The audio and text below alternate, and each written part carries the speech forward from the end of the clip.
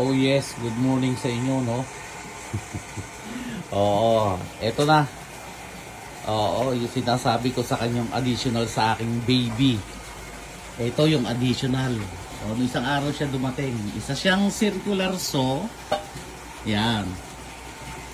Binodify ko na siya. Kaya hindi ako nag-post nung isang araw. Para magkaroon ako ng temporary table saw. Pero yan ang project ko ngayon. Alright. Nandito tayo ngayon, unboxing nung in-order ko.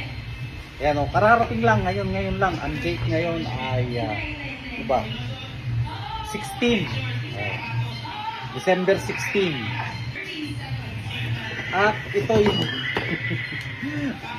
sabi ko na kahit na doon umorder hindi pa rin talaga tama No, but anyway, kahit nasabihin pang talaga namang hindi siya makita. Kakulay ng makita. Pero nakalagay doon makita. But anyway, it's okay. Okay na tayo dyan. Ito yung gamit na, meron siyang, ano kaya to? Extra carbon brush. Extra carbon brush siguro. Pero para sigurado tayo, okay, ito na yun. Meron, ito yung guide. Ito yung guard. So dahil ito ay gagamitin na natin ngayon.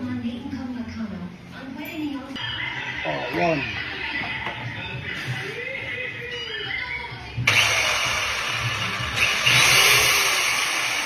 Bandar naman. Table saw, diyan ko ilalagay. Yan. So ngayon, ang nakikita nyo ay ang aking mga baby. Ito, baby. Ito yung oldest baby.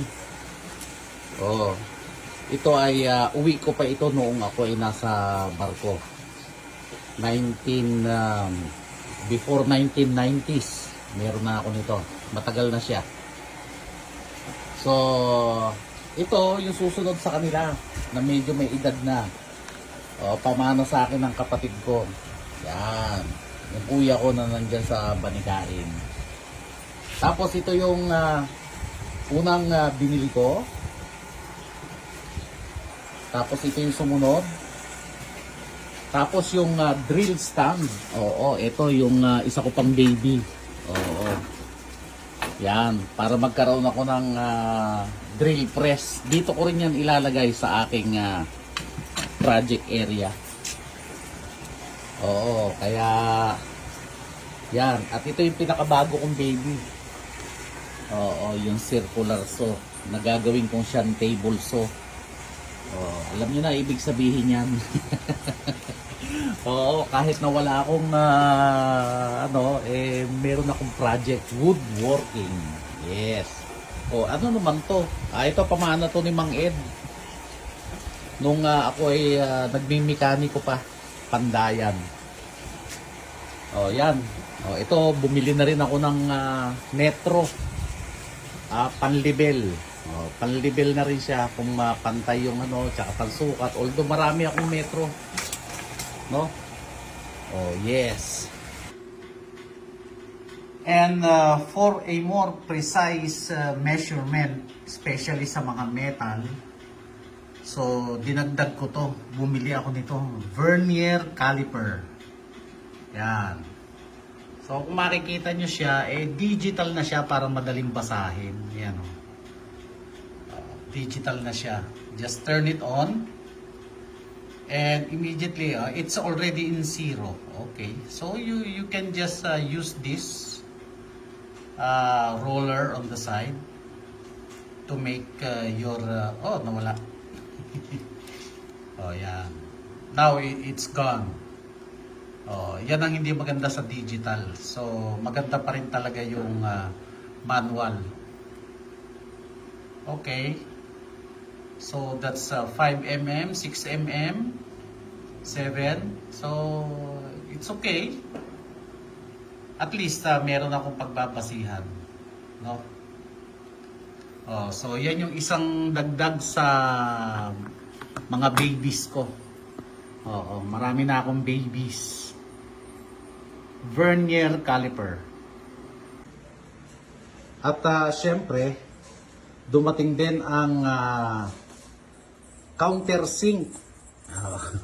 Talagang ano no? Talagang mukhang full-fledged carpenter tayo.